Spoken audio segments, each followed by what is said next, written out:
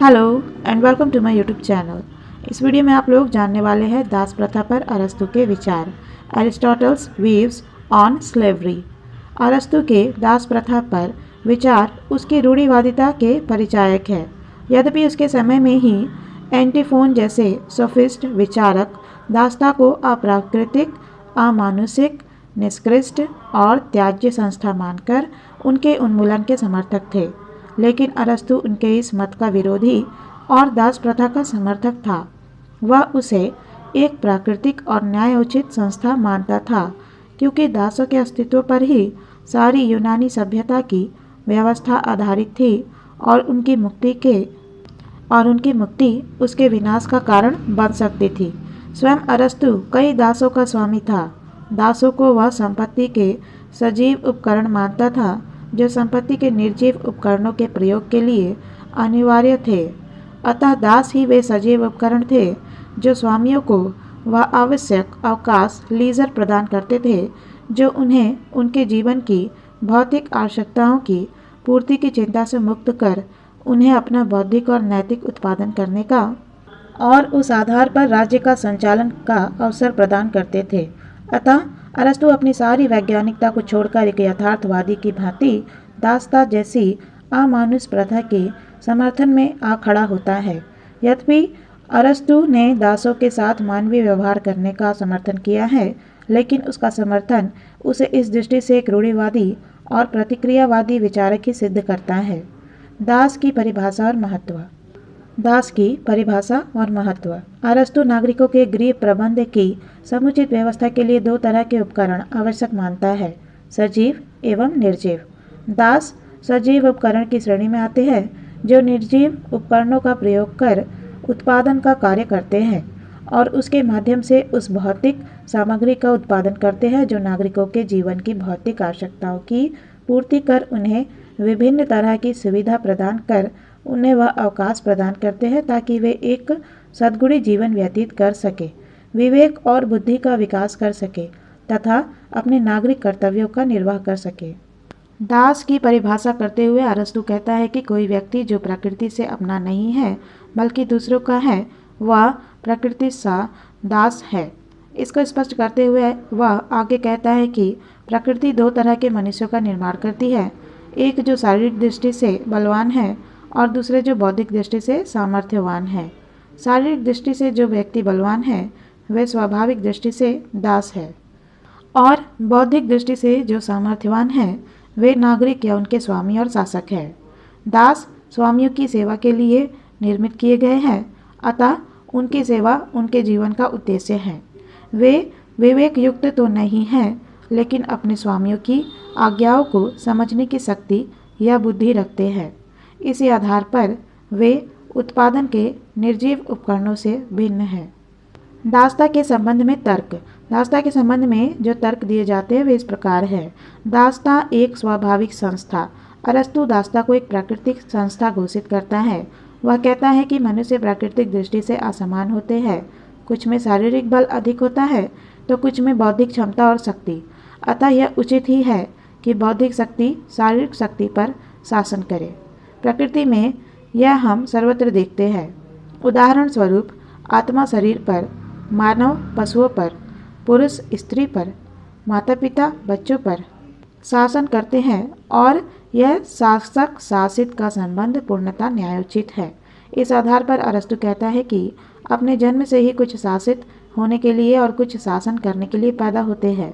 यह भी प्राकृतिक है, जो श्रेष्ठ है वह शासन करे और जो निष्कृष्ट है वह उनसे शासित हो। दास क्योंकि स्वामी के बौद्धिक दृष्टि से निकृष्ट है, अतः स्वामी के शासन अनुशासन में रहे, यह पूर्णतः प्राकृतिक और तर्कसंगत है। दासता स्वामी और दास दोनों के लिए उपयोगी। अरस्तु की मान्यता है कि दासता एक प्राकृतिक संस्था ही नहीं वरन एक अनिवार्य और उपयोगी संस्था भी है।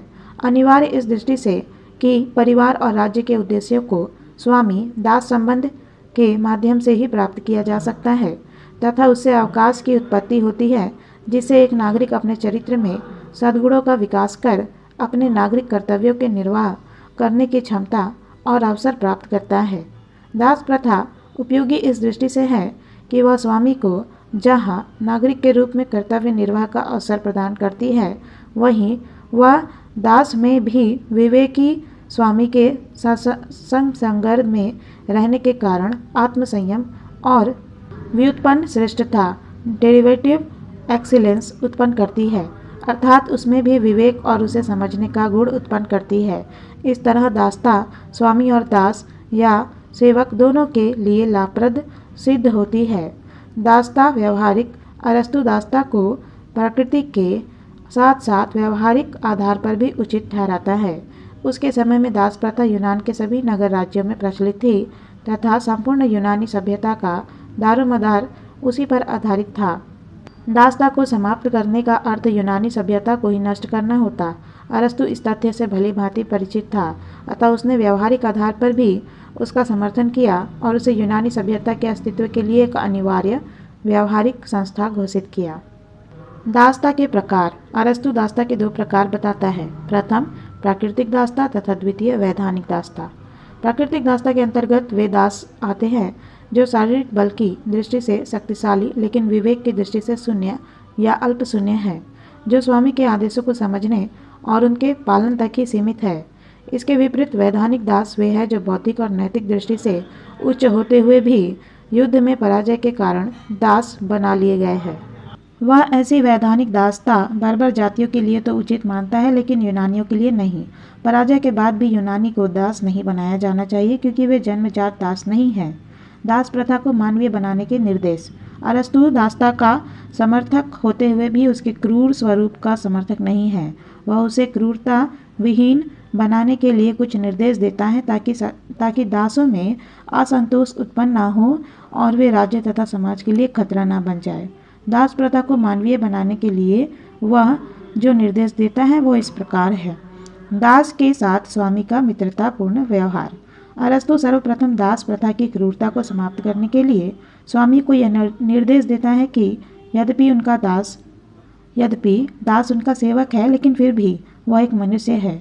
बुद्धि न होते हुए भी वह भावनाशील है, अतः उसकी भावनाओं को ध्यान में रखते हुए स्वामी को उसके साथ मानवीय एवं मित्रतापूर्ण व्यवहार करना चाहिए तथा उसके सुख सुविधाओं का पूर्ण ध्यान रखना चाहिए। दासता से स्वतंत्र होने का अवसर। प्रत्येक दास मुक्ति का आकांक्षी होता है, अतः उसमें मुक्ति की आकांक्षा को जीवित रखने हेतु यह आवश्यक है कि उसे यह विश्वास होना चाहिए कि समर्थ होने पर वह भी दासता से मुक्त होकर एक स्वतंत्र जीवन जीने का अवसर प्राप्त कर सकता है। आवश्यकता से अधिक दास नहीं। अरस्तु इस बात की सख्त हिदायत देता है कि स्वामियों को आवश्यकता से अधिक दास नहीं रखने चाहिए। उनकी संख्या इस दृष्टि से सीमित होनी चाहिए। दासता वंशानुगत नहीं। अरस्तु दासता को वंशानुगत नहीं मानता है। यह जरूरी नहीं है कि दास की संतान भी दास ही हो। दास संतानों में यदि विवेक शक्ति है तो उन्हें दासता से मुक्त कर दिया जाना चाहिए। आलोचना। अरस्तु द्वारा प्रतिपादित और समर्थित दास प्रथा को मानवीय आधार पर स्वीकार नहीं किया जा सकता। इसी कारण प्राचीन समय में सर्वमान्य और प्रचलित होते हुए भी आधुनिक समय में इसे वैधानिक आधार पर संपूर्ण विश्व से समाप्त कर दिया गया है। अतः अब न स्वामी है न दास। अरस्तु के दास प्रथा के इस सिद्धांत की अविश्वसनीय, अप्राकृतिक, अयुक्तियुक्त, अमानवीय, संकीर्ण, क्रूर और यूनानी पूर्वाग्रहों से ग्रसित होने के कारण कटु आलोचना की गई है। उसकी आलोचना के प्रमुख बिंदु इस प्रकार है। अतार्किक। अरस्तु की यह मान्यता है कि कुछ लोग जन्म से शासक और कुछ लोग शासित होते हैं, लेकिन वह क्या मापदंड है जिसके आधार पर इसे निश्चित किया जा सके? कितना शारीरिक बल एक व्यक्ति को दास बनाने के लिए आवश्यक है? अरस्तु इस संबंध में कोई स्पष्टीकरण नहीं देता। फिर शिक्षण प्रशिक्षण के माध्यम से यह भी तो संभव है कि विवेकहीन व्यक्ति को पूर्णता या अंशतः विवेक युक्त बनाया जा सके, ताकि उसका दास बनना उचित ही ना हो। अरस्तु इस संभावना की अवहेलना करता है और शारीरिक दृष्टि से बलशाली व्यक्ति को विवेकहीन घोषित कर उसके दास होने का राग अलापता रहता है। अनुचित। दास प्रथा अतार्किक ही नहीं, अनुचित भी है। संपूर्ण मानव जाति को दो भागों में विभाजित करना प्रोफेसर रॉस के अनुसार अनुचित है। यद्यपि व्यक्ति व्यक्ति में बौद्धिक और नैतिक गुणों की दृष्टि से अंतर हो सकता है, लेकिन इस आधार पर उन्हें स्वामी दास और शासक शासित के रूप में विभाजित करना अनुचित ही नहीं, अन्यायपूर्ण भी है, क्योंकि यदि ऐसा किया गया तो मानव जाति का बहुसंख्यक भाग दासों के रूप में परिवर्तित हो जाएगा। असमानता पर आधारित। अरस्तु का दासता सिद्धांत मानव असमानता पर आधारित है। मनुष्य में विवेक और ज्ञान संबंधी असमानता हो सकती है, लेकिन इसके बावजूद उनमें एक आधारभूत समानता होती है जिसकी अवहेलना नहीं की जा सकती। इस आधारभूत मानव समानता की अवहेलना करना मानव जाति का अपमान करना है।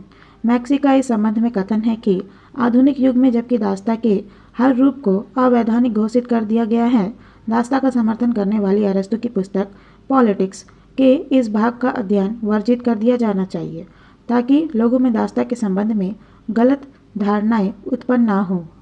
दास पूर्णतः विवेक शून्य नहीं। अरस्तु दासों को पूर्णतः विवेक शून्य मानता है और इसी आधार पर उनकी दासता का समर्थन करता है। दूसरी तरफ वह यह भी कहता है कि दास में स्वामी की आज्ञा को समझने और उसका पालन करने का विवेक होता है। यह एक विरोधाभासी स्थिति है। दास विवेक शून्य होकर भी पूर्णतः विवेक शून्य नहीं होता। फलतः उसकी दासता जिस आधार पर समर्थन किया गया है वही आधार नष्ट हो जाता है। दास की स्थिति स्पष्ट नहीं। अरस्तु दास को कभी जीवित उपकरण तो कभी स्वामी का मित्र घोषित करता है। अतः दास की वास्तविक स्थिति क्या है इसका स्पष्ट पता लगाना कठिन है। वह सजीव उपकरण है या मित्र? मैकिलवेन इस ओर संकेत करते हुए कहता है कि उसे पशु तो बना दिया जाता है लेकिन मानवता से भी मुक्त नहीं किया जाता। फिर मित्रता तो समान लोगों में होती है, स्वामी और दास तो असमान है, उनमें मित्रता कैसी और किस आधार पर? इस प्रश्न का भी उत्तर अरस्तु देने में असमर्थ रहता है। अविश्वसनीय। अरस्तु का यह कथन पूर्णतः अविश्वसनीय है और एक सीमा तक हास्यास्पद भी प्रतीत होता है जब वह कहता है कि दासों का शरीर बलवान और हष्टपुष्ट होता है और स्वामियों का शरीर कोमल और संतुलित। सर्वत्र इसके अपवाद दृष्टिगोचर होते हैं। अमनोवैज्ञानिक। अरस्तु यह कहता है कि दास तो तन और मन दोनों दृष्टियों से स्वयं को स्वामी के व्यक्तित्व में लीन कर देना चाहिए, जबकि मनोविज्ञान यह सिद्ध करता है कि एक व्यक्ति शारीरिक समर्पण तो कर सकता है लेकिन मानसिक समर्पण नहीं। प्रत्येक व्यक्ति में चाहे वह दास ही क्यों न हो अपनी कुछ वैयक्तिक इच्छाएं, भावनाएं और अनुभूतियां होती है जो उसके व्यक्तित्व को अन्य व्यक्ति से, चाहे वह उसका स्वामी ही क्यों न हो, पृथक करती है। जातीय अहंकार का प्रतीक। अरस्तु यूनानी चाहे विजेता हो या पराजित इसकी दासता का विरोध करता है। वह यूनानी जाति को शासकीय जाति मानता है। यह उसके अहंकार का प्रतीक है क्योंकि शासकीय जाति की धारणा का आज पूर्णतः खंडन हो चुका है तथा स्वशासन और स्वराज्य के सिद्धांत के प्रतिपादन के माध्यम से यह सिद्ध किया जा चुका है कि विश्व की हर जाति प्रजाति शासक और शासित बनने के योग्य है। यह निर्णय परिस्थितिजन्य है, प्राकृतिक नहीं। अपमानजनक। अरस्तु का दासता का सिद्धांत श्रमिक शोषण पर आधारित ही नहीं, उसका अपमान करने वाला भी है। जो मानव श्रम करता है, अरस्तु ने उसे उसके श्रम से उत्पादित सामग्री के उपभोग से वंचित कर दिया है तथा जो श्रम नहीं करता उसने उसके उपभोग का संपूर्ण अधिकार प्रदान कर दिया। यही नहीं, वह श्रम करने वालों को किसी तरह के राजनीतिक अधिकार भी प्रदान नहीं करता है। शायद राज्य की आर्थिक व्यवस्था की सुदृढ़ता के लिए उसने ऐसा किया है, लेकिन उसका यह कार्य अन्यायपूर्ण है। मैकिलवेन इस ओर संकेत करते हुए कहता है कि राज्य की सुदृढ़ आर्थिक स्थिति के लिए कोई सही आर्थिक योजना होनी चाहिए, न कि कुछ लोगों का शोषण। श्रम का इससे बड़ा अपमान और क्या हो सकता है। दासता का सिद्धांत वैधानिक नहीं। अरस्तु का दासता का सिद्धांत वैज्ञानिक नहीं है क्योंकि वह मनुष्य की तुलना पशु से करता है तथा दासों को पशुओं की संज्ञा देता है। मनुष्य चाहे कितना ही विवेकहीन क्यों न हो, अंततः वह मनुष्य है और इसी आधार पर उसके साथ व्यवहार किया जाना चाहिए। अरस्तु ऐसा नहीं करके दास और पशु को समान बताता है। वैज्ञानिक दृष्टि से उसकी यह मान्यता उचित नहीं मानी जा सकती। दासता का सिद्धांत संघर्ष को जन्म देने वाला है।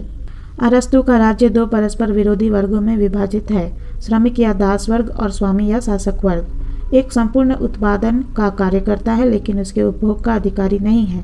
दूसरा उत्पादन नहीं करता है लेकिन उसके उपभोग का पूर्णता अधिकारी है।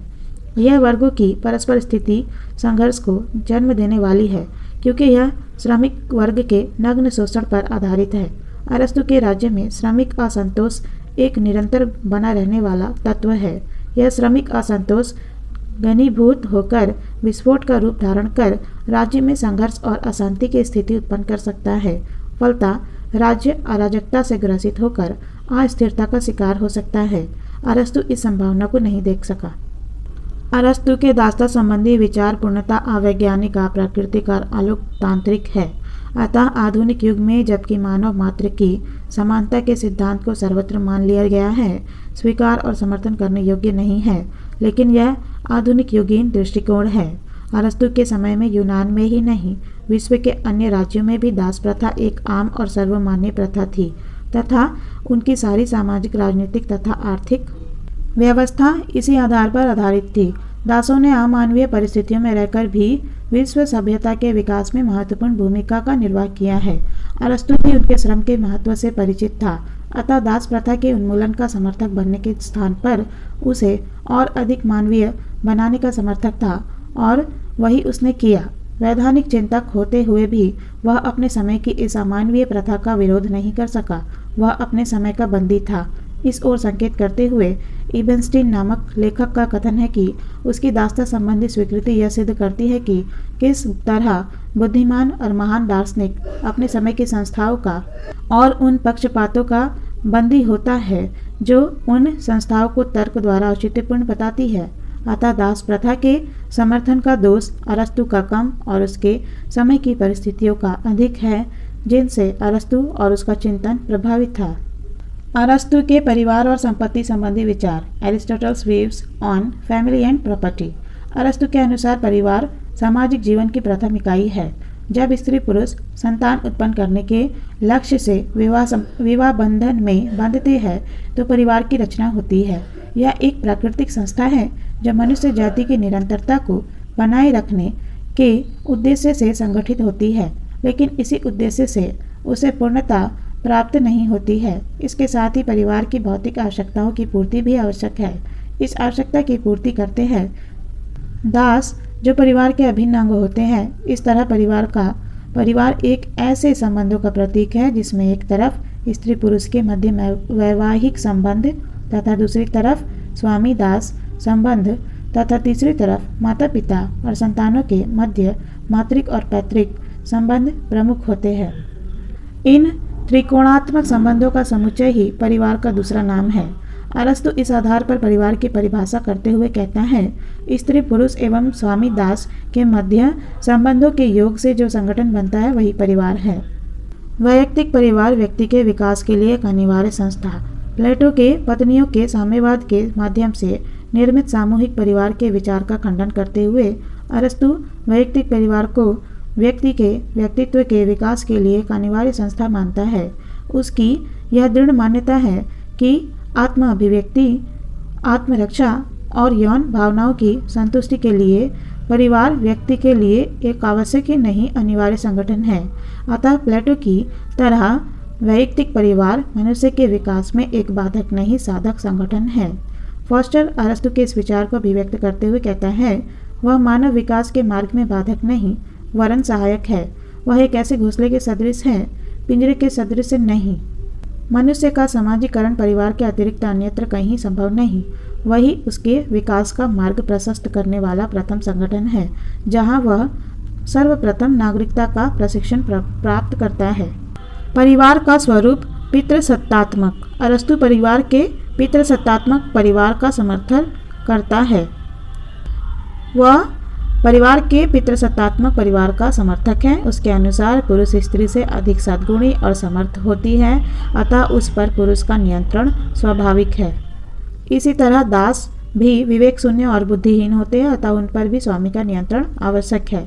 संतान अपरिपक्व और अनुभवहीन होती है, अतः उस पर भी पिता का नियंत्रण अनिवार्य है। इन सभी विभिन्न दृष्टियों से परिवार पर पुरुष का नियंत्रण उसके सदस्यों के हित में है, क्योंकि वह नैतिक गुणों और अनुभवों की दृष्टि से उन सब में सर्वोपरि होता है। अतः उसे ही परिवार पर नियंत्रण या शासन करने का स्वाभाविक अधिकार प्राप्त है। स्त्री पुरुष संबंध। परिवार में पुरुष की प्रधानता का समर्थन करते हुए भी वह स्त्री को पूर्ण रूप से पुरुष के अधीन नहीं मानता है। उसकी स्थिति दास से भिन्न है। पुरुष के अधीन होते हुए भी स्त्री उसके मित्र है तथा दोनों एक दूसरे के पूरक है। स्त्री का पुरुष से एक स्वतंत्र अस्तित्व है, लेकिन उसके और पुरुष के मध्य समानता का संबंध नहीं है। अरस्तु कहता है कि पुरुष की तुलना में स्त्री बौद्धिक दृष्टि से दुर्बल और सद्गुणों की दृष्टि से हीन होती है। वह पुरुष की अपेक्षा आत्मनिर्भर भी कम होती है। पुरुष उससे हर दृष्टि में उच्च होता है। अतः यह स्वाभाविक है कि पुरुष के शासन में रहे। यह स्वाभाविक है कि वह यानी स्त्री पुरुष के शासन में रहे, लेकिन पुरुष को उसे दास नहीं समझना चाहिए, वरन उसके साथ एक स्वतंत्र साझेदार की तरह से व्यवहार करना चाहिए तथा उसके कार्यक्षेत्र में अवांछित हस्तक्षेप नहीं करना चाहिए। विवाह और राज्य। अरस्तु आदर्श राज्य की आवश्यकताओं को ध्यान में रखते हुए विवाह पर राज्य के नियंत्रण का समर्थन करता है।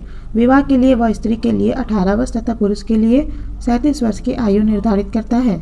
संतान उत्पन्न करने से पूर्व वह उनके लिए चिकित्सकों एवं ज्योतिषियों का परामर्श आवश्यक मानता है। अनुकूल स्वास्थ्य तथा अनुकूल भौगोलिक वातावरण होने पर ही वह उन्हें संतान उत्पन्न करने का परामर्श देता है। पुरुष को 70 वर्ष और स्त्री को 50 वर्ष की आयु के पश्चात संतान उत्पन्न करने की स्वतंत्रता नहीं होनी चाहिए। राज्य में जनसंख्या का संतुलन बना रहे, अतः वह परिवार नियोजन को अपनाने का परामर्श देता है। आवश्यकता से अधिक संतान के उत्पन्न होने की संभावना होने पर वह गर्भपात का आश्रय लेने के लिए भी कहता है। विकलांग संतान का पालन पोषण उसके अनुसार प्रतिबंधित होना चाहिए, नहीं तो आदर्श राज्य की स्थापना का उद्देश्य ही विफल हो जाएगा। क्रिटिसिज्म, आलोचना। यद्यपि मनुष्य के व्यक्तित्व के विकास में परिवार की जो अहम भूमिका है उसे स्वीकार करने में मत भिन्नता नहीं हो सकती, लेकिन फिर भी अरस्तु के परिवार संबंधी विचारों और मुख्य रूप से स्त्री पुरुष संबंधी विचारों को निर्विवाद रूप से स्वीकार नहीं किया जा सकता। स्त्री पुरुष के मध्य लैंगिक असमानता का जिस तरह से अरस्तु द्वारा समर्थन किया गया है और स्त्री की तुलना में पुरुष को इस आधार पर सिद्ध किया गया है और स्त्री पर पुरुष के नियंत्रण का समर्थन किया गया है, वह स्वीकार करने योग्य नहीं है। स्त्री पुरुष समानता का विचार आज एक सर्वमान्य विचार है। लैंगिक भेद होते हुए भी आज स्त्री को पुरुष की तुलना में न बौद्धिक और नैतिक दृष्टि से हीन या दुर्बल समझा जाता है। आज की स्त्री वह सभी कार्य करने में सक्षम समझी जाती है जो अब तक पुरुष के द्वारा ही किए जाने संभव माने जाते थे। आधुनिक दृष्टि से ही नहीं, पुरातन दृष्टि से भी देखें तो हमें शिष्य अरस्तु से गुरु प्लेटो अधिक उदार और प्रगतिशील दिखाई देता है। प्लेटो का आदर्श राज्य पूर्ण स्त्री पुरुष समानता पर आधारित है। उसमें स्त्रियां प्लेटो के आदर्श राज्य में स्त्रियां वे सब कार्य कर सकती है जो पुरुष कर सकते हैं। अतः इस दृष्टि से अरस्तु एक अनुदार जबकि प्लेटो एक प्रगतिशील चिंतक के रूप में हमारे सामने आता है। फिर परिवार के संबंध में अरस्तु के विचार पूर्ण मौलिक भी नहीं है। विशेष रूप से विवाह और संतान उत्पत्ति की दृष्टि से अरस्तु ने जो विचार प्रकट किए हैं उन्हें उसके पूर्व ही प्लेटो अपने अंतिम ग्रंथ लॉज में प्रतिपादित कर चुका था। अरस्तु ने वहीं से उन्हें कुछ परिवर्तनों के साथ अपना लिया है। मूल्यांकन, इवैल्यूएशन। वैयक्तिक परिवार एक व्यक्ति के जीवन में अत्यधिक महत्व रखता है। वह शिक्षा की उसके लिए प्रथम पाठशाला के रूप में होता है। उसमें रहकर ही वह जो भी गुण अवगुण प्राप्त करता है वे जीवन पर्यंत उसके साथ रहते हैं। अरस्तु ने परिवार के इस महत्व को सिद्ध किया है और उसकी आवश्यकता को रेखांकित किया है। यह उसका एक बहुत बड़ा योगदान है। लेकिन जहाँ स्त्री पुरुष संबंधों की व्याख्या करता है और पुरुष को स्त्री से उच्च घोषित करता है, वहाँ वह यथार्थवादी के स्थान पर स्वयं को एक रूढ़िवादी सिद्ध करता है। इस दृष्टि से उसके विचार स्वीकार योग्य नहीं है। लैंगिक असमानता होते हुए भी स्त्री पुरुष समानता एक सर्वमान्य सिद्धांत है। स्त्री का अपना एक पुरुष से पृथक स्वतंत्र व्यक्तित्व है और इस आधार पर वह पुरुष के समान ही हर कार्य करने में सक्षम है जो पुरुष कर सकते हैं। अरस्तु इस सत्य को नहीं देख सका, जबकि उसके गुरु प्लेटो ने उसके पूर्व ही इसे देख और समझ लिया था तथा इसका अपने आदर्श राज्य के माध्यम से प्रतिपादन कर दिया था। अरस्तु के संपत्ति संबंधी विचार, एरिस्टोटल्स व्यूज ऑन प्रॉपर्टी। अरस्तु प्लेटो के सामूहिक संपत्ति के सिद्धांत के विरुद्ध वैयक्तिक संपत्ति को व्यक्ति के व्यक्तित्व के विकास के लिए एक आवश्यक तत्व मानता है और उसका हर दृष्टि से समर्थन करता है। संपत्ति की परिभाषा करते हुए वह कहता है कि संपत्ति उन साधनों के समूह का नाम है जिनका उपयोग परिवार तथा राज्य में होता है। अतः राज्य और व्यक्ति दोनों के लिए अपनी आवश्यकताओं की पूर्ति हेतु यह आवश्यक है। संपत्ति के होने पर ही एक व्यक्ति अपने जीवन की आवश्यकताओं की पूर्ति करते हुए एक सभ्य और सुसंस्कृत जीवन व्यतीत करने में सक्षम होता है, समर्थ होता है। संपत्ति से ही वह अपनी क्षुधा शांत करने के लिए अन्न, तन ढकने के लिए वस्त्र, सिर ढकने के लिए छत की व्यवस्था कर पाता है। इस प्रकार अरस्तु संपत्ति को एक प्राकृतिक वस्तु मानता है जिसकी आवश्यकता मनुष्य के लिए जन्म से मरण तक बनी रहती है। वैयक्तिक संपत्ति का समर्थन अरस्तु विभिन्न दृष्टिकोणों से करता है। इस दृष्टि से वह कहता है कि वैयक्तिक संपत्ति का आकर्षण उसे अर्जित करने के लिए व्यक्ति को कठिन श्रम करने के लिए प्रेरित करेगा। फलतः व्यक्ति स्वयं की ही नहीं, समाज की समृद्धि में भी सहायक होगा। वह वैयक्तिक आधार पर संपत्ति के कारण स्वयं को सुरक्षित ही अनुभव नहीं करेगा, बल्कि एक सद्गुणी जीवन व्यतीत करने में भी स्वयं को समर्थ अनुभव करेगा। संपत्ति प्रेम मनुष्य को मनोवैज्ञानिक दृष्टि से संतुष्टि प्रदान करेगा तथा एक नागरिक के रूप में राज्य के प्रति अपने कर्तव्यों के निर्वाह के लिए उसे प्रेरित करेगा। वे राज्य कार्य में रुचि लेंगे तथा उसे हर तरह से सुरक्षित और समृद्ध बनाने का प्रयत्न करेंगे। अरस्तु वैयक्तिक संपत्ति के समर्थन में ये विभिन्न तर्क देकर यह सिद्ध करता है कि वह व्यक्ति और राज्य दोनों के विकास के लिए एक अनिवार्यता है। लेकिन अरस्तु वैयक्तिक संपत्ति का समर्थन करके भी उसे एक साधन ही मानता है, एक साध्य नहीं, और उसके असीमित संग्रह को वर्जित घोषित करता है। वह इस आधार पर यह प्रतिपादित करता है कि वैयक्तिक संपत्ति आवश्यक होते हुए भी एक परिवार के पास उतनी ही संपत्ति होनी चाहिए जितनी कि उसे समुचित जीवन यापन के लिए आवश्यक है, अतः उतना ही उसका संग्रह किया जाना चाहिए। अरस्तु के इस मंतव्य की ओर संकेत करते हुए फॉस्टर का कथन है कि अपना कार्य करने के लिए हथौड़ा भारी होना चाहिए, लेकिन हथौड़ा निर्मित करने वाला उसे भारी से भारी तो नहीं बनाना चाहेगा। जिस कार्य के लिए हथौड़ा में वजन की आवश्यकता है, वही कार्य उसके वजन को भी सीमित करता है। एक अच्छा लोहार इस सीमा का पालन करेगा। यही स्थिति संपत्ति की है। उसका संग्रह भी उतना ही किया जाना चाहिए जितना कि एक श्रेष्ठ जीवन की प्राप्ति के लिए आवश्यक है। यदि इससे अधिक संपत्ति का संग्रह किया गया तो उसका अनिवार्य परिणाम सामाजिक पतन के रूप में प्रकट होगा। संपत्ति के प्रकार। अरस्तु संपूर्ण संपत्ति को दो भागों में विभाजित कर देता है। एक निर्जीव संपत्ति, इसके अंतर्गत मकान, खेत आदि आते हैं, तथा दूसरी सजीव संपत्ति, इसके अंतर्गत दास दासी आते हैं। संपत्ति अर्जन का उचित तरीका। इस दृष्टि से अरस्तु संपत्ति अर्जन के दो तरीके या उपाय प्रस्तुत करता है। पहला प्राकृतिक उपाय और दूसरा अप्राकृतिक उपाय। प्राकृतिक उपाय। प्राकृतिक उपाय के अनुसार मनुष्य प्रकृति की सहायता लेकर अपने श्रम द्वारा संपत्ति अर्जित करता है। कृषि और पशुपालन द्वारा अर्जित संपत्ति इसी श्रेणी में आती है। अप्राकृतिक उपाय, जैसा कि इसके नामकरण से ही ज्ञात होता है, इस तरीके से संपत्ति अर्जित करने के लिए मनुष्य द्वारा प्रकृति से कोई सहायता नहीं ली जाती। यह उपाय धन से धन कमाने का उपाय है, जो कि मनुष्य के शोषण पर आधारित है। उदाहरण के लिए ऋण के माध्यम से ब्याज कमाना या व्यापार करके धन अर्जित करना। अरस्तु के अनुसार यह पूर्णतः अप्राकृतिक और घृणित उपाय है। यह मनुष्य चरित्र में सद्गुण के स्थान पर दुर्गुण उत्पन्न करता है। यह उसकी मानसिक विकृति का परिणाम है, जो दूसरे मनुष्य की व्यवस्था, दरिद्रता आदि का लाभ उठाकर एक मनुष्य को धन उपार्जित करने के लिए प्रेरित करता है। अरस्तु इस उपाय की कड़ी भर्त्सना करते हुए कहता है, धन कमाने के उपायों में ब्याज के माध्यम से धन कमाना सबसे निकृष्ट उपाय है, क्योंकि इसके माध्यम से गरीबी और बेबसी का लाभ उठाकर धन से अधिक धन पैदा किया जाता है। अतः अरस्तु के अनुसार यह एक स्वाभाविक प्रवृत्ति नहीं है और इसलिए त्याज्य है। संपत्ति का स्वामित्व। संपत्ति के स्वामित्व के संबंध में अरस्तु 3 सिद्धांतों का प्रतिपादन करता है। ये 3 सिद्धांत है। पहला, संपत्ति का सार्वजनिक स्वामित्व और सार्वजनिक उपभोग। दूसरा, संपत्ति का सार्वजनिक स्वामित्व और वैयक्तिक उपभोग। तीसरा, संपत्ति का वैयक्तिक स्वामित्व और सार्वजनिक उपभोग। अरस्तु इनमें से प्रथम 2 सिद्धांतों की तुलना में तीसरे सिद्धांत का समर्थन करता है और कहता है कि संपत्ति के स्वामित्व का यह सबसे अच्छा सिद्धांत है। संपत्ति वैयक्तिक हो, लेकिन उसका उपभोग सार्वजनिक होना चाहिए। इस तरह अरस्तु संपत्ति के स्वामित्व की यह व्यवस्था करके साम्यवाद और व्यक्तिवाद के मध्य का मार्ग ग्रहण करता है और दोनों विचारधाराओं की बुराइयों से बचते हुए उनके लाभ उठाना चाहता है। अतः उसकी यह मान्यता है कि यदि संपत्ति का इस तरह प्रयोग किया गया तो एक तरफ इससे व्यक्ति में नैतिक गुणों का विकास होगा और दूसरी तरफ सामाजिक व्यवस्था भी श्रेष्ठ और आदर्श बनेगी। संपत्ति का समानीकरण।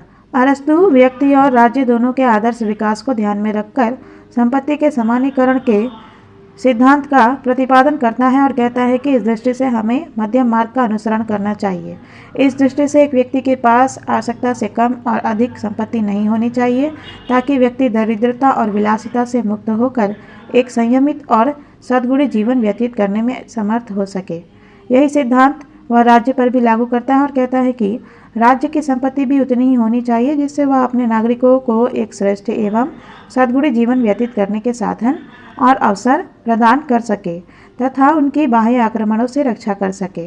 राज्य न अधिक धनी और न निर्धन होना चाहिए जिससे कि न तो उसके नागरिक वंचित जीवन जीने के लिए अभिशप्त हो और न उसकी समृद्धि से प्रेरित होकर अन्य राज्य उस पर आक्रमण करने के लिए प्रेरित हो। इस दृष्टि से वह आगे कहता है कि संपत्ति की दृष्टि से अपनी ऐसी मध्यम श्रेणी बनाए रखने के लिए राज्य को अपनी जनसंख्या पर पूर्ण नियंत्रण रखना चाहिए तथा उसे आवश्यकता से ना तो अधिक ना कम होने देना चाहिए। बिना जनसंख्या नियंत्रण के आर्थिक समानीकरण के उद्देश्य को प्राप्त करना कठिन ही नहीं असंभव है। अरस्तु के संपत्ति संबंधी विचारों की विभिन्न दृष्टिकोणों से आलोचना की गई है जो इस प्रकार है। अरस्तु का संपत्ति का स्वामित्व और उपभोग का सिद्धांत व्यवहारिक नहीं है।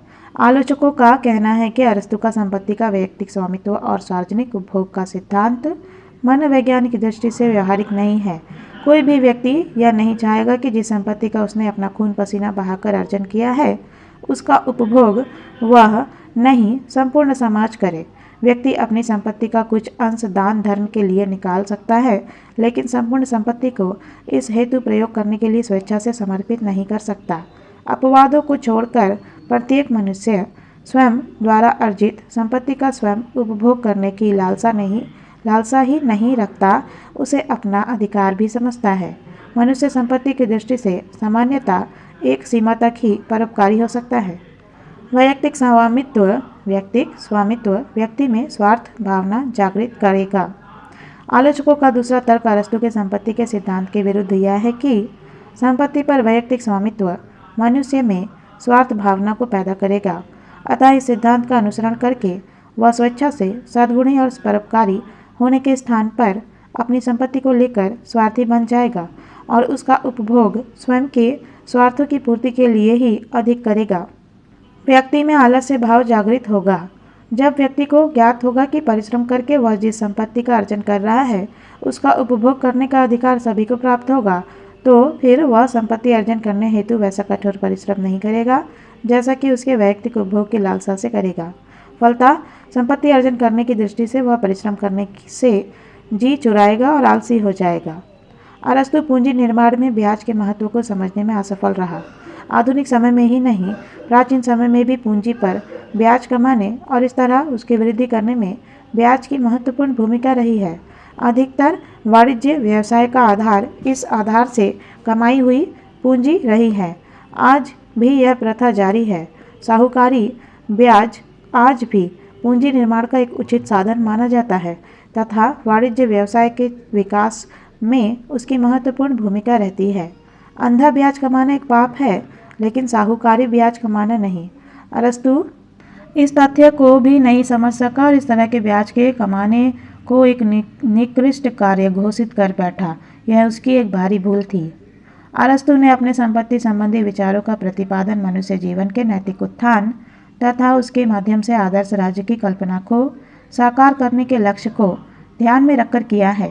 इसलिए उसने संपत्ति के संबंध में मध्यम मार्ग का प्रतिपादन कर यह प्रस्तावना की कि मनुष्य के पास नैतिक दृष्टि से श्रेष्ठ जीवन यापन की दृष्टि से जितनी संपत्ति की आवश्यकता है उतनी ही संपत्ति होनी चाहिए, न उससे कम न उससे ज़्यादा। उसके अनुसार श्रेष्ठ जीवन की दृष्टि से दोनों ही स्थितियां खराब है। अतः उसने एक तरफ प्लेटो की संपत्ति के साम्यवाद का विरोध किया तो दूसरी तरफ वाणिज्य व्यवसाय तथा ब्याजखोरी के माध्यम से अखूत संपत्ति जमा करने की भी खिलाफत की। उसके इन दोनों के मध्य का मार्ग ग्रहण करते हुए दोनों व्यक्तिवादी और साम्यवादी व्यवस्थाओं के गुणों का लाभ उठाने का प्रयत्न किया और संपत्ति को श्रेष्ठ जीवन की प्राप्ति के एक साधन के रूप में प्रतिष्ठित किया। अरस्तु का क्रांति सिद्धांत, एरिस्टोटल्स थ्योरी ऑफ रिवॉल्यूशन। अरस्तु के समय में नगर राज्यों में उत्पन्न विभिन्न विकारों के कारण अक्सर राजनीतिक परिवर्तन होने लगे थे। इनसे उनमें सामाजिक अस्थिरता के लक्षण दृष्टिगत होने लगे थे। अरस्तु का उनसे चिंतित होना स्वाभाविक था।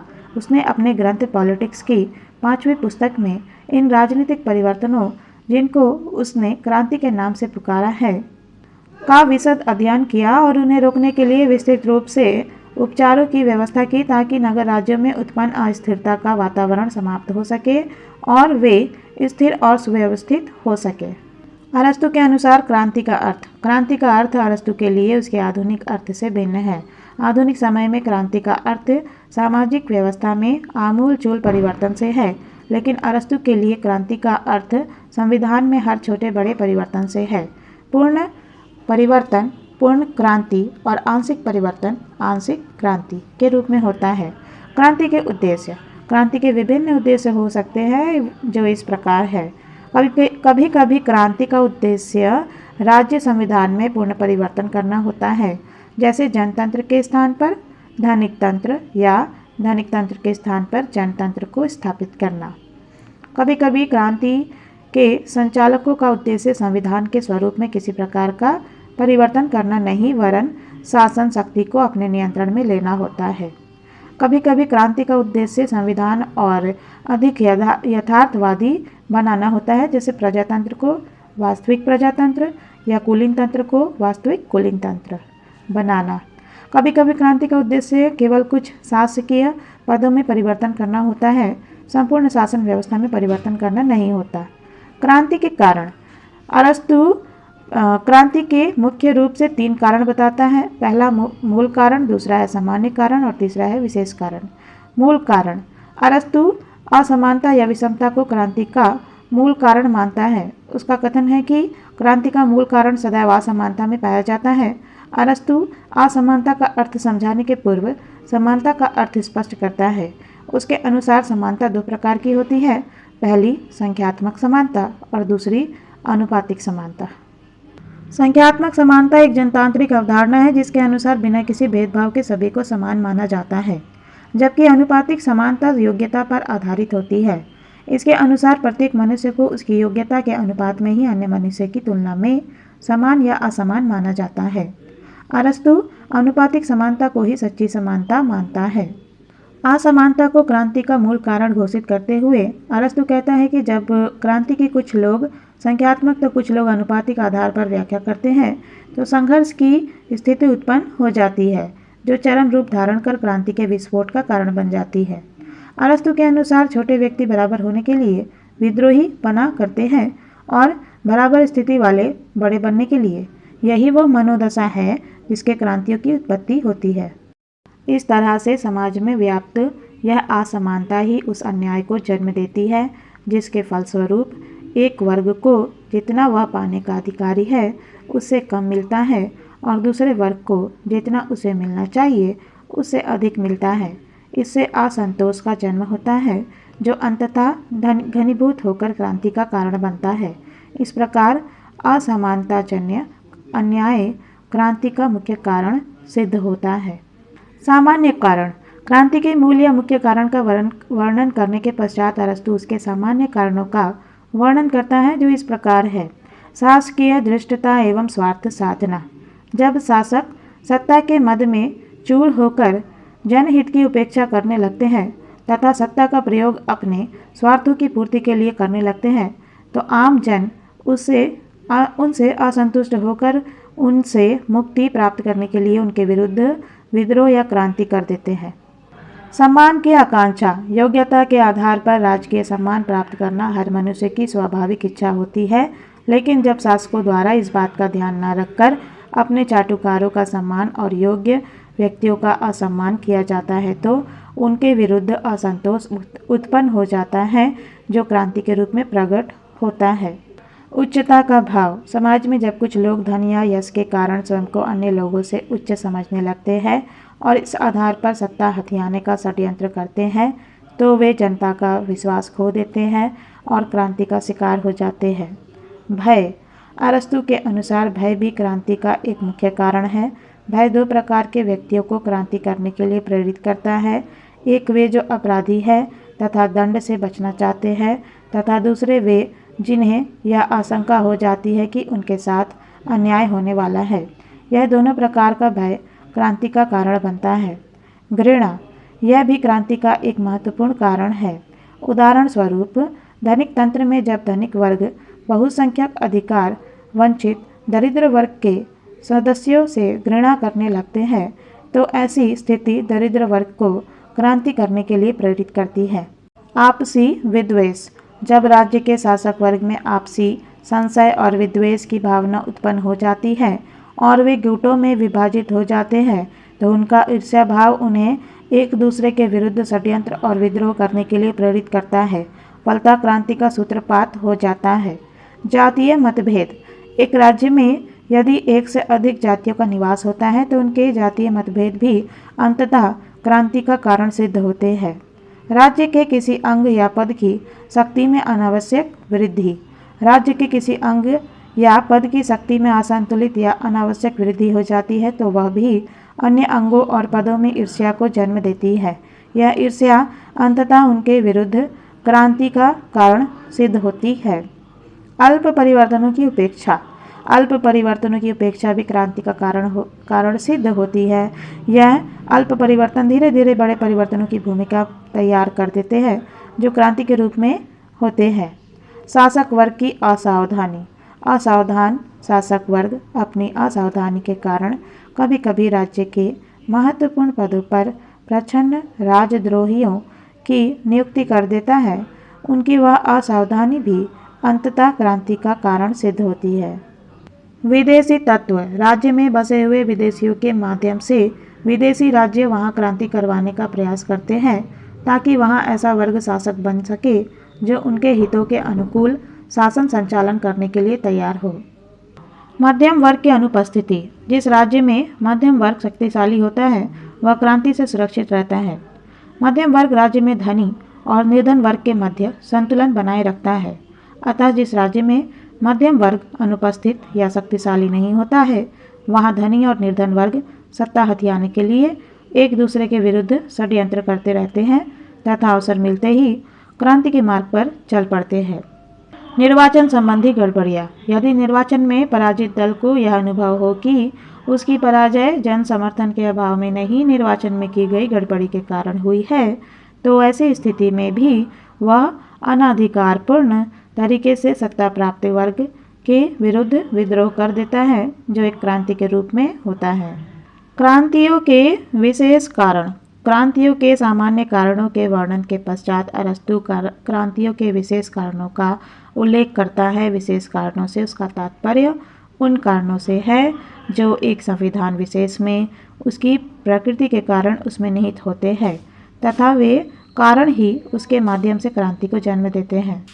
एक तंत्र या राजतंत्र में क्रांति के कारण, राजतंत्र में क्रांति का मुख्य कारण राज परिवार में व्याप्त पारिवारिक झगड़े, आपसी ईर्ष्या, घृणा तथा शासकीय निरंकुशता आदि होते हैं। इन विभिन्न कारणों से जनता नाराज और असंतुष्ट होकर राजतंत्र के विरुद्ध विद्रोह कर देती है। जनतंत्र में क्रांति के कारण, जनतंत्र में क्रांति का कारण वाग्वीर होते हैं। वे सत्य असत्य का सहारा लेकर सत्ता हथियाने के लिए अपने जोशीले भाषणों के माध्यम से जनता को भड़काते हैं, उसे क्रांति करने के लिए उकसाते हैं और अवसर आते ही उसके माध्यम से सत्ता हथिया लेते हैं। धनिक तंत्र में क्रांति के कारण, धनिक तंत्र में क्रांति के कारण मुख्य रूप से दो प्रकार के होते हैं। पहला, धनिकों द्वारा निर्धनों के प्रति प्रदर्शित घृणा भाव तथा न्यायपूर्ण व्यवहार, और दूसरा, धनिकों में व्याप्त आपसी ईर्ष्या तथा द्वेष भाव और गुटबंदी। धनिक तंत्र के ये दुर्गुण जनता को उसके विरुद्ध क्रांति करने के लिए प्रेरित करते हैं ताकि उसके स्थान पर एक एकताबद्ध और जनहितकारी राज व्यवस्था की स्थापना की जा सके। कुलीन तंत्र में क्रांति के कारण, कुलीन तंत्र में क्रांति का मुख्य कारण यह होता है कि इसमें शासकों की संख्या बहुत कम होती है। कुलीनों की संख्या में वृद्धि होने पर उनमें पद प्राप्त करने की लालसा बलवती होती जाती है। फलतः उनमें संघर्ष उत्पन्न हो जाता है जो अंततः परिपक्व होकर क्रांति का रूप ले लेता है। क्रांतियों को रोकने के उपाय, क्रांतियों के घटित होने के कारणों के विशद विवेचन के पश्चात अरस्तु उन्हें रोकने या उनका निराकरण करने हेतु उपायों या उपचारों का बहुत प्रभावित वर्णन करता है। मैक्सी इस ओर संकेत करते हुए कहता है, अरस्तु ने जिस स्पष्टता तथा विवेक के साथ क्रांतियों के कारणों का वर्णन किया है, उसने उतनी ही स्पष्टता के साथ उनके उपचारों का वर्णन भी किया है। डनिंग भी इसी मत का समर्थन करते हुए कहता है, अरस्तु क्रांतियों के उत्पन्न करने वाले कारणों की विस्तृत सूची देने के पश्चात उसके समान ही उनको रोकने वाले प्रभाव उत्पादक उपायों की सूची भी देता है। क्रांतियों को रोकने हेतु अरस्तु द्वारा सुझाए गए उपाय इस प्रकार है। संविधान के अनुरूप शिक्षा दी जाए। अरस्तु क्रांति का मार्ग अवरुद्ध करने के लिए शिक्षा को सबसे बड़े अवरोधक के रूप में प्रस्तुत करता है। वह शासकों को निर्देश देता है कि शिक्षा के माध्यम से वे नागरिकों को इस प्रकार शिक्षित करें ताकि उनमें संवैधानिक मूल्यों, भावनाओं तथा व्यवहार के प्रति निष्ठा का भाव उत्पन्न हो सके। वे संविधान में अपनी आस्था को जागृत ही नहीं, सुदृढ़ कर सके। संविधान में निष्ठा रखने वाले नागरिक कभी क्रांति का मार्ग ग्रहण नहीं करेंगे। वे अपने लक्ष्य संवैधानिक उपचारों के माध्यम से प्राप्त करने का हमेशा प्रयत्न करेंगे। शिक्षा निष्ठावान नागरिकों के प्रशिक्षण का एक सबल साधन है। इस ओर संकेत करते हुए वह कहता है, सभी बातें जो मैंने संविधान को स्थायित्व प्रदान करने के संबंध में कही है, उन सब में जो चीज़ संविधान को स्थायी रखने में सबसे महत्वपूर्ण है, वह है शासन प्रणाली के अनुकूल शिक्षा। कानून पालन की भावना जागृत की जाए। क्रांति के आवश्यक उपचार के रूप में अरस्तु नागरिकों में कानून पालन की भावना जागृत करने का निर्देश देता है। वह यानी अरस्तु चाहता है कि नागरिकों के हृदय में कानून पालन की भावना को इतना सुदृढ़ कर दिया जाए कि वे अपना हर कार्य कानून के अनुसार करने हेतु अभ्यस्त हो जाए। इस दृष्टि से शासकों को कानून के हर छोटे बड़े उल्लंघन का कठोरता से दमन करना चाहिए। कानून का भय कानून के पालन का सबसे प्रभावी साधन होता है। अतः शासकों को इस भय को बनाए रखने के लिए कानून की छोटी से छोटी अवहेलना को भी सहन नहीं करना चाहिए, नहीं तो यही कानून के खुले रूप से बड़े उल्लंघन के रूप में प्रकट होकर राज्य के अस्तित्व को ही नष्ट कर देगी। उदाहरण देकर वह कहता है कि जिस प्रकार निरंतर उत्पन्न होने वाले छोटे छोटे व्यय सना सना सारी पूंजी को खा जाते हैं, उसी प्रकार कानून के उल्लंघन की भावना अज्ञात रूप में भी प्रवेश कर जाने पर राज्य को नष्ट कर देती है। आनुपातिक समानता की स्थापना की जाए। अरस्तु की मान्यता है कि असमानता क्रांति की जननी है, अतः उसे रोकने के लिए विधि द्वारा आनुपातिक समानता की स्थिति को स्थापित किया जाना चाहिए ताकि हर एक व्यक्ति को राज्य से वह प्राप्य हो सके जिसे प्राप्त करने हेतु वह अपनी योग्यता के कारण अधिकारी है। आनुपातिक समानता की स्थिति क्रांति का एक पुख्ता उपचार है। शासकों को इसे हृदयंगम कर इसे पूर्ण रूप से चरितार्थ करना चाहिए ताकि विधि के प्रति लोगों में समान भाव बना रहे और अन्याय का शिकार होने की उनकी आशंका का उन्मूलन हो सके। सत्ता का केंद्रीकरण रोका जाए। सत्ता का कुछ हाथों में केंद्रीकरण भी क्रांति का एक मुख्य कारण है। अतः सत्ता का विकेंद्रीकरण किया जाए तथा सभी वर्गों को उनके महत्व के अनुसार उसमें भागीदार बनाया जाए। दूसरे शब्दों में, न्यायपूर्ण आधार पर सभी वर्गों के सदस्यों को राजकीय पद प्राप्त करने का अवसर उपलब्ध होना चाहिए ताकि अन्यायपूर्ण तरीके से उनको वंचित किए जाने की आशंका से वे मुक्त हो सके और वे राज्य तथा उसके कानून के प्रति निष्ठावान बने रहने में ही अपना हित समझे। नागरिकों में देशभक्ति की भावना विकसित की जाए। देशभक्ति की भावना के विकास पर बल देते हुए अरस्तु कहता है कि जो शासक संविधान का संचालन करते हैं, उन्हें जनता को सदैव जागृत रखना चाहिए कि कभी भी बाह्य संकट उपस्थित होकर राज्य के अस्तित्व के लिए खतरा बन सकता है। बाह्य संकट का भय नागरिकों में देशभक्ति की भावना जागृत करने का एक सबसे सफल साधन है। सचेत नागरिक देश की सुदृढ़ता के प्रतीक होते हैं। देशभक्ति की भावना उन्हें देश के खातिर हर तरह का त्याग करने के लिए प्रेरित करने वाला सबसे सबल तत्व तथा क्रांति का मार्ग अवरुद्ध करने वाला सबसे सक्षम साधन है। शासकों का जनता के प्रति व्यवहार अच्छा होना चाहिए। व्यवहार की दृष्टि से धृष्ट शासक जनता की सहानुभूति खो देते हैं और इस तरह वे क्रांति का मार्ग प्रशस्त करते हैं। अतः जनता के प्रति शासकों का व्यवहार सदा शिष्ट, विनम्र, सद्भावपूर्ण होना चाहिए। वे जन भावनाओं का सम्मान तथा उनके दुख से दुखी होने वाले तथा उसे हर संभव तरीके से दूर करने वाले होने चाहिए। ऐसे शासक जन सम्मान तथा श्रद्धा के पात्र होते हैं और क्रांति की प्रभावी ढाल होते हैं। वे कभी जन आक्रोश के पात्र बनकर क्रांति के शिकार नहीं होते हैं। जनता के प्रति सद्व्यवहार क्रांति को रोकने का एक सफल शस्त्र है। इसे शासकों को हमेशा याद रखना चाहिए तथा उसी के अनुरूप उनका आचरण होना चाहिए। राज्य सत्ता वैयक्तिक लाभ का साधन नहीं होनी चाहिए। राज्य सत्ता अर्थात उसके पद सार्वजनिक हित साधन हेतु ही प्रयुक्त किए जाने चाहिए। शासकों के वैयक्तिक लाभ हेतु उनका दुरुपयोग नहीं होना चाहिए। उनका वैयक्तिक लाभ हेतु दुरुपयोग भ्रष्टाचार की श्रेणी में आता है। ऐसे शासक जो सत्ता तथा अपने पद का प्रयोग अपने वैयक्तिक लाभ के लिए करते हैं, वे अति शीघ्र ही जनता का विश्वास और श्रद्धा खो देते हैं। ऐसे भ्रष्टाचारी शासकों से मुक्त होने के लिए जनता क्रांति पथ का अनुकरण करने में तनिक भी संकोच नहीं करती है। भ्रष्टाचार रहित शासन ही स्थायी, सुरक्षित सुशासन होती है और क्रांति के एक सबल प्रतिरोधक की तरह से काम करता है। शासकों को हमेशा इसका ध्यान रखना चाहिए। विदेशियों को राज्य के महत्वपूर्ण पदों पर नियुक्त नहीं करना चाहिए।